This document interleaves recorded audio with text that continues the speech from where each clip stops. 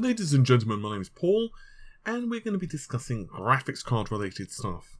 So there are a couple of very interesting things that have popped up in the GPU market.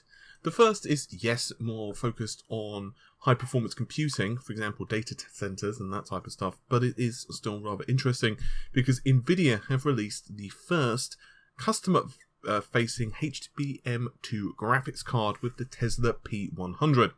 So this is once again for the data center, but it is touted to be the world's most advanced data center accelerator, and primarily is going to be used for such as artificial intelligence and, well, deep learning, climate change, anything basically that requires a lot of computational power. Now, according to Nvidia's own investigations into the performance of the system, they're saying that it puts out about a 50 times increase in computing power from 8 Tesla P100 accelerators when compared to dual CPU server-based Xenon E5 2698V3s, which isn't particularly surprising given the comparison drawn, but still, just one single accelerated GPU node, in other words 4 Tesla P100s, can replace 32 CPU cores for a variety of different applications. The real story here, however, is the fact that Nvidia are showing a quite frankly scary amount of GPU performance with this card, with over 5 teraflops of double precision performance. That's actually 3 times more than the Tesla K40, which predated it. And considering that when you're starting to do numerical simulations, quantum chemistry, that type of stuff, that's when you can really start to push that level of performance to a whole new level. What's also really cool about this is that the GPU naturally supports NVLink. Now, this is a Nvidia exclusive technology, and the idea behind this is that when you add in multiple GPUs to a traditional PC, for example, they typically communicate, of course, via PCIe. Now, naturally, you do have a bridge which goes over, like the HB bridge on Nvidia SLI cards, but they still share the bandwidth of a PCIe connection. So what does NVLink do? Well, the purpose behind that is that it delivers a bidirectional interconnect offering 40 gigabytes per second. So what this does, in theory, is that the GPU will be able to communicate with other GPUs at a much faster rate, and also the CPU. Now, what does all of this mean for the customer? In other words, you and I, if we're doing gaming? Honestly, not huge amounts. Ultimately, it just means that, well, Nvidia are pretty much on the ball with HBM2. So in other words, it's a bit of a kick in the pants for AMD. And it also means for us, obviously, this type of technology will trickle down eventually. And it is good that we're at least seeing some GPUs now with HBM2 technology, It's kind of just one of those things where I like to keep track of this stuff, because quite frankly, I find it very interesting to see what the future of customer-facing technology is compared to like the data centers.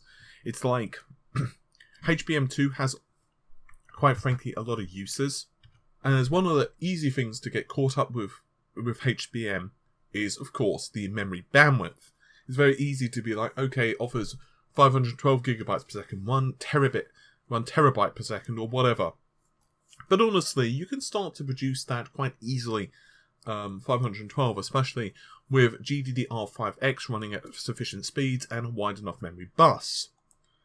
What you can't do, though, is sufficiently reduce the power consumption or the size of the PCB. So that's where these type of GPUs are, to me, very interesting. Yes, data centers, you're going to be able to pack in like 25,000 of them into like, X amount of space, but, realistically for customers, we don't necessarily need like, 8 of these things running. But what is quite nice is they offer several benefits for end users. The first is that, well, it's a lot of memory bandwidth. That one's pretty obvious. The second is that it consumes less energy. Now, you might say to yourself, well, I don't care, I'm running a desktop. And honestly, to be very honest, I actually had that same thought for a good couple of minutes. I was like, I don't care. And I just kind of dismissed it in my mind and went about other things. And then something dawned on me quite quickly. I was like, wait a minute.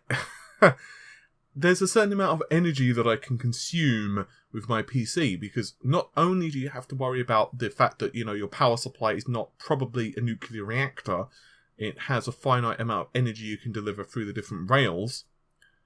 The second thing is that you need to cool those down. So in other words, if you are targeting, let's say, even 250 watts for the graphics card, well, if the GPU can have the power consumption reduced from the memory, and instead you can filter that in to the GPU core, well, by golly gosh, that means that you can start to increase performance just naturally, because you can clock the GPU higher or have more shaders.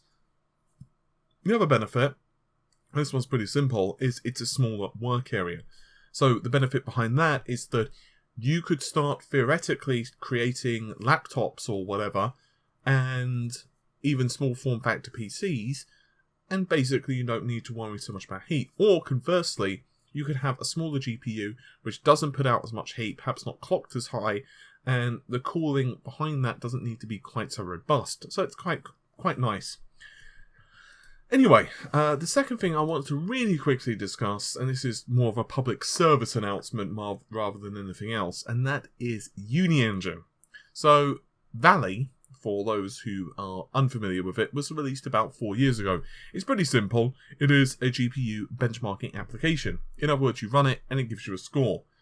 Now, Uni-Engine 2 is going to be released, or is released technically, and it does everything from the modest graphics cards, the ones which are pretty much capable of just about playing CSGO at low settings, all the way up to supporting ultra high resolution textures, lighting and everything else with 4K resolution, and also full VR support too.